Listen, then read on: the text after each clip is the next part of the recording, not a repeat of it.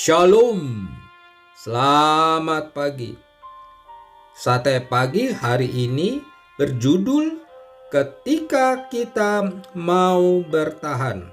Adapun firman Tuhan terambil dari 1 Korintus pasal 10 ayat 13. Pada awal karirnya, Lois Samperini adalah seorang atlet lari olimpiade yang sempat bertarung di Berlin pada tahun 1936.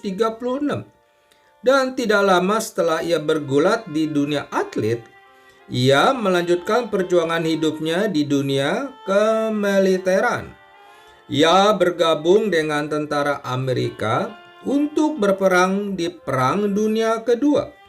Hidupnya bukan hanya dipertaruhkan di angkasa sebagai tentara angkatan udara, tetapi juga sampai di sebuah samudra yang sangat luas karena pesawatnya jatuh dan hanya menyisakan ia dan 2 orang temannya, Lois Samperini, dan 2 temannya harus bertahan hidup di lautan luas dengan perahu karetnya selama puluhan hari.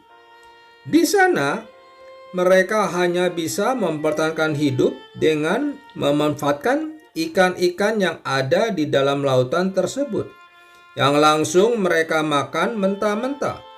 Di tengah lautan, mereka beberapa kali harus menghadapi terpaan badai laut hingga serangan ikan hiu.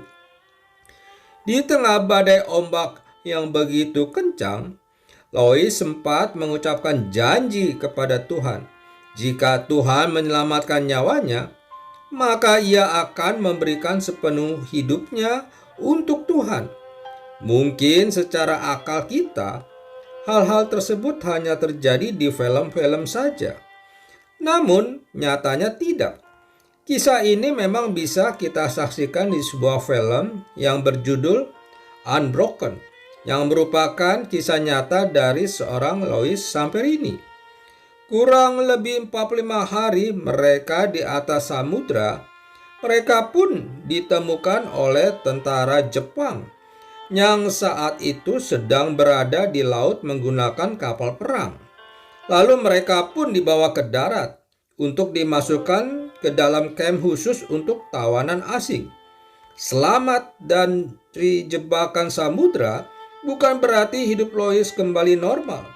Di tangan tentara Jepang, Lois menjalani siksaan amat kejam. Pukulan, tendangan, dan lain sebagainya adalah makanan sehari-hari Lois. Bukan hanya Lois, sejumlah tawanan lainnya juga mendapat perlakuan yang keji dan brutal. Siksaan demi siksaan yang didapat karena kebencian tentara Jepang yang begitu mendalam terhadap orang Amerika ketika itu dalam masa Perang Dunia. Singkat cerita, Perang Dunia pun berakhir. Lois bersama tawanan yang lainnya dibebaskan dan bisa kembali ke negaranya. Lois pun akhirnya kembali ke keluarganya. Beberapa tahun kemudian, setelah fisik dan jiwanya kembali pulih dari keadaannya yang menyedihkan saat itu, ia teringat dengan janjinya kepada Tuhan untuk menyerahkan sepenuh hidupnya untuk Tuhan, dan ia telah memenuhinya. Tidak hanya itu, ia juga kembali ke Jepang. Kedatangannya ke Jepang untuk mendatangi tentara-tentara yang dahulu pernah menyiksanya dan memaafkan serta melupakan semua perbuatan keji mereka. Lois memperoleh kemenangan sejati karena mau bertahan. Demikian juga seharusnya kita sebagai orang percaya.